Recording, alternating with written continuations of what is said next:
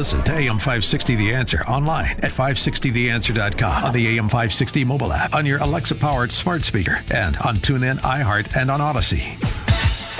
Only the biggest stories, only the biggest guests, and only the biggest opinions. This is AM 560 The Answer. Top of the morning, Dan and Amy. We're getting closer to Minority Report in states and territories governed by COVIDians, parishioners at Our Lady of Perpetual COVID, like those in Honolulu.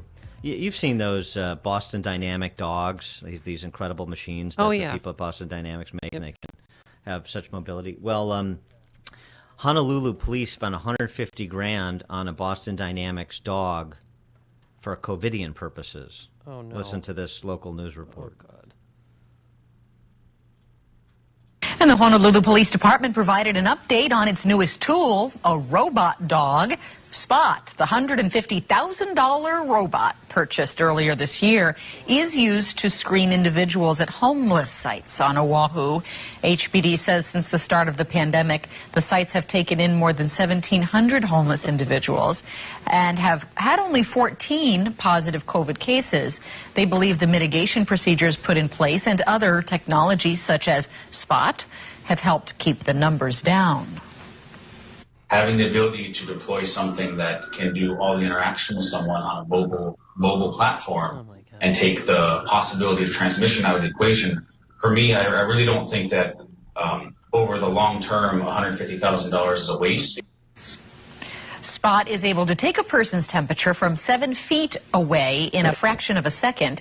It also has two-way communication capability and can deliver PPE, food, and water to someone who does test positive for COVID. And if they resist, then Spot will ultimately be equipped with a laser, and he'll vaporize that COVID infected on site. I mean, he looks like a large black and yellow cricket. If that thing came near me, I would be freaked out. I mean, what is wrong with the people? I'm looking forward to the day where you have hordes of Boston Dynamic robot dogs roaming the streets, coming up to you to take your temperature, send that information back to the state, and then decide what to do. You know, you could turn those robotic dogs into vaccine passport checkers too while you're at it. Oh, exactly. But I mean, this is good stuff. This is we went to Hawaii last December. Never again. If I had known what I know now about how psychotic and crazy they are, I would never have gone. I mean, you couldn't eat. You had to put your mask up in between bites when you were outside and nobody else was even around. Hawaii is the closest thing we have to New Zealand in this country. That's how ridiculous it is there.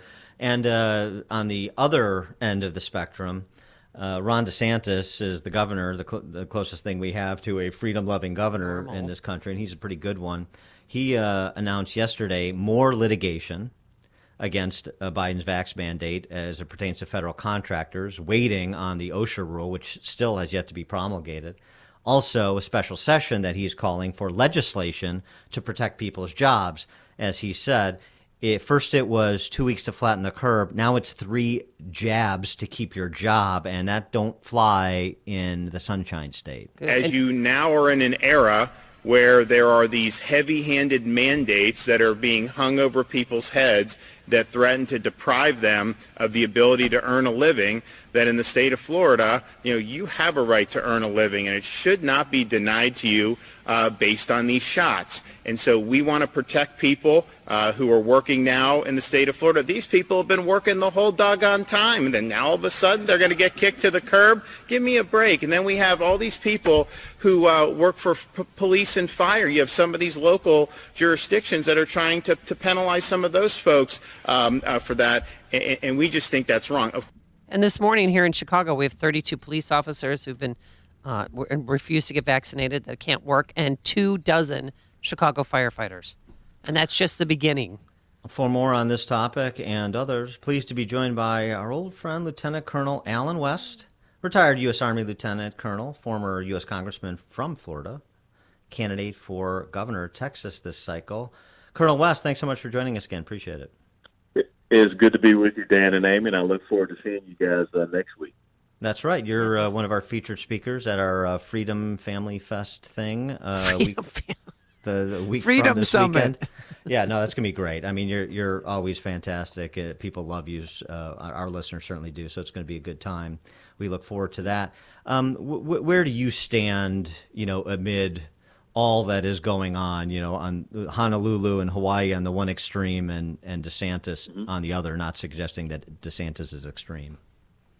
Well, if down here in Texas, this robotic dog that they're using out there in Honolulu, we would refer to that robotic dog as a target in Texas if it got too close to us. But that just shows, like you said, the two different extremes. And understand this: we're talking about a virus. This is not a disease; it's a virus, and we've lived with viruses, all of our lives.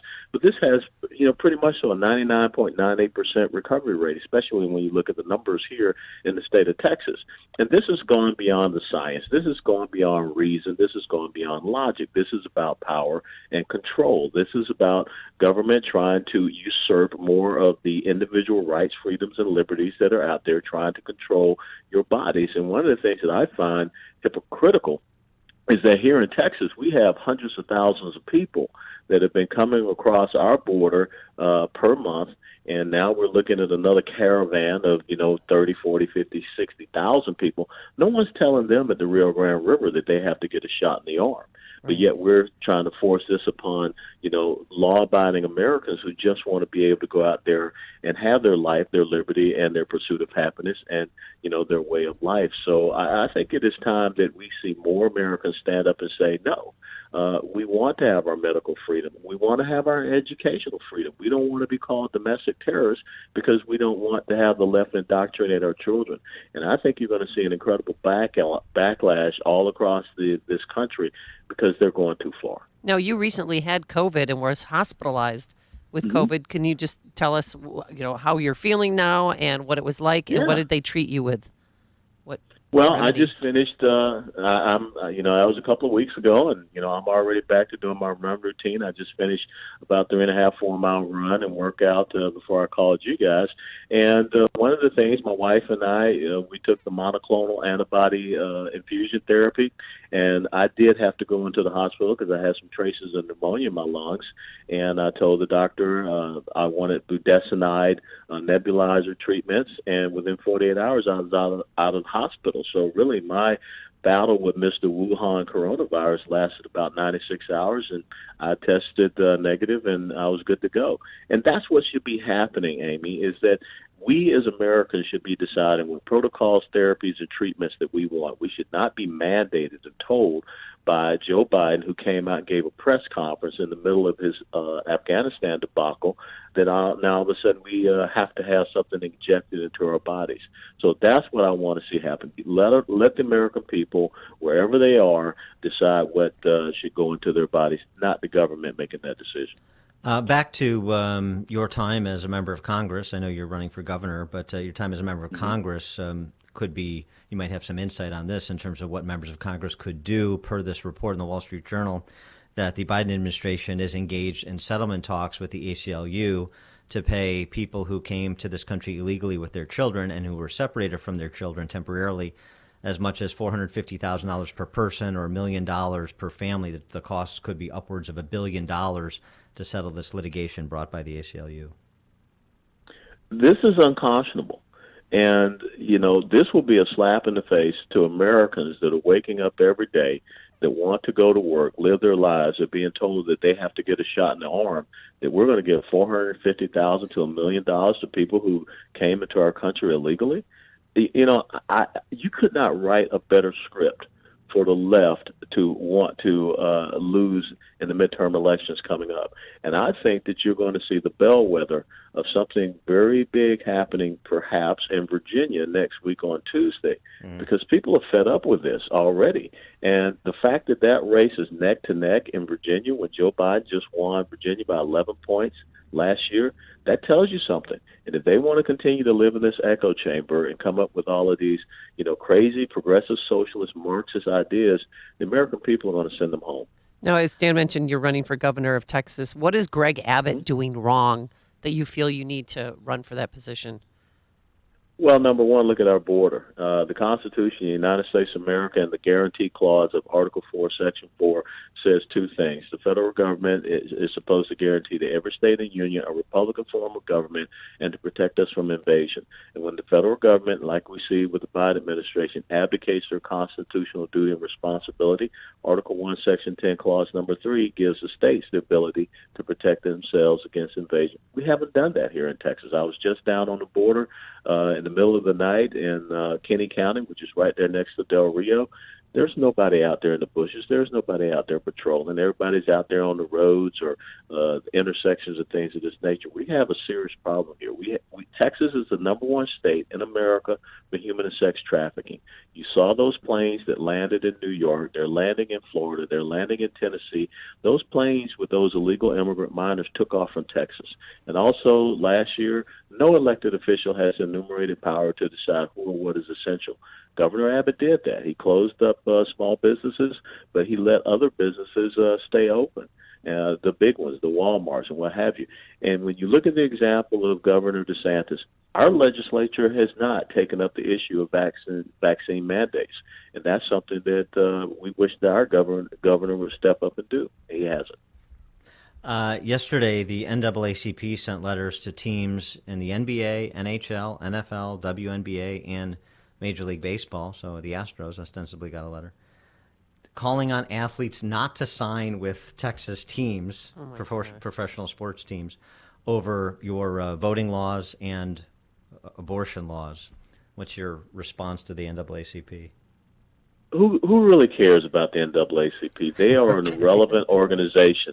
They are nothing but an extension of the progressive socialist left, just like Black Lives Matter. They don't care about Black lives. If they did, they'd be showing up down there on the south side of Chicago. So I'm sick and tired of these organizations, the National Association for the Advancement of Colored People. Give me a freaking break. They're not talking about the situation of fatherlessness in the black community. They're not talking about better education and opportunity for black kids. They're talking about the black-on-black crime. They're up there talking about, don't sign on with Texas, sports teams. Tell them to go away and pound sand. Okay, no, that's fair enough. As a former military, we haven't talked to you in a bit, and I'm sure you'll have more remarks on this at our Freedom Family Fest Summit thing. The performance of General Milley, General Austin, the Biden administration with respect to the evacuation of Afghanistan or the lack thereof in terms of planning.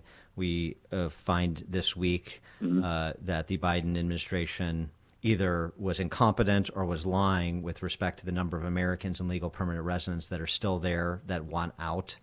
Comment on where the U.S. military is under the leadership of people like Milley and Austin. This will go down as the greatest strategic, operational, and tactical blunder in the history of the United States of America. When you look at the evacuation in Dunkirk in World War II, there was honor in that. When you look at what happened in Afghanistan, there was complete dishonor in that. General Milley and General Austin, the current Secretary of Defense, with whom I served at Fort Bragg back when I was a major and he was a full colonel, they should have resigned. If they had any semblance of integrity and character, they should have resigned. And it is not that the Biden administration was incompetent or that they lied. It was both. They're incompetent liars. People lost lives because of it. And there was a report that came out that says within 6 months, ISIS will be looking at striking the United States of America once again. And so we have put ourselves in incredible danger with a porous border here in the state of Texas. It's a national security issue. 52 people on the terrorist watch list were pulled out of this caravan down in Panama. So that tells you something right there. So I am very concerned about where we are in our military, to include the mandating of shots in the arm of our men and women in uniform. This is just going off into the wrong direction.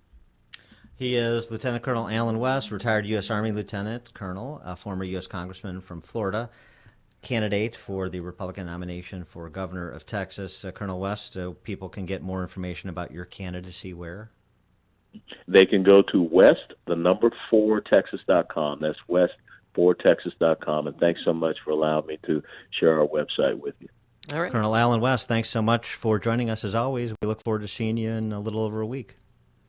That's right. Looking forward to it. Coming up to the Windy City. Yep. And tell Lori Lightfoot to drop by so I can say hello. Oh, yeah. You could teach her a thing or two. We'll send the message. All right. And as you know, Freedom Summit 2021 is coming up this Saturday, November 6th. It's presented by our friends at Matrix Home Solutions.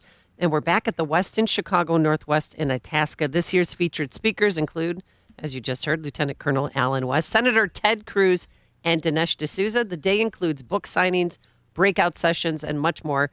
Just a few overflow seats tickets remain, but we do have virtual tickets available to watch the entire event, all 12 hours, from the comfort of your own home at salemnow.com. That's salemnow.com. You can watch on your TV, phone, computer, or tablet. Pre-order your virtual tickets by going to freedomsummitchicago.com.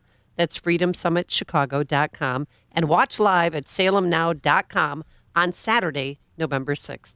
There's only one radio show in Chicago talking about today's biggest stories and telling you what they really mean.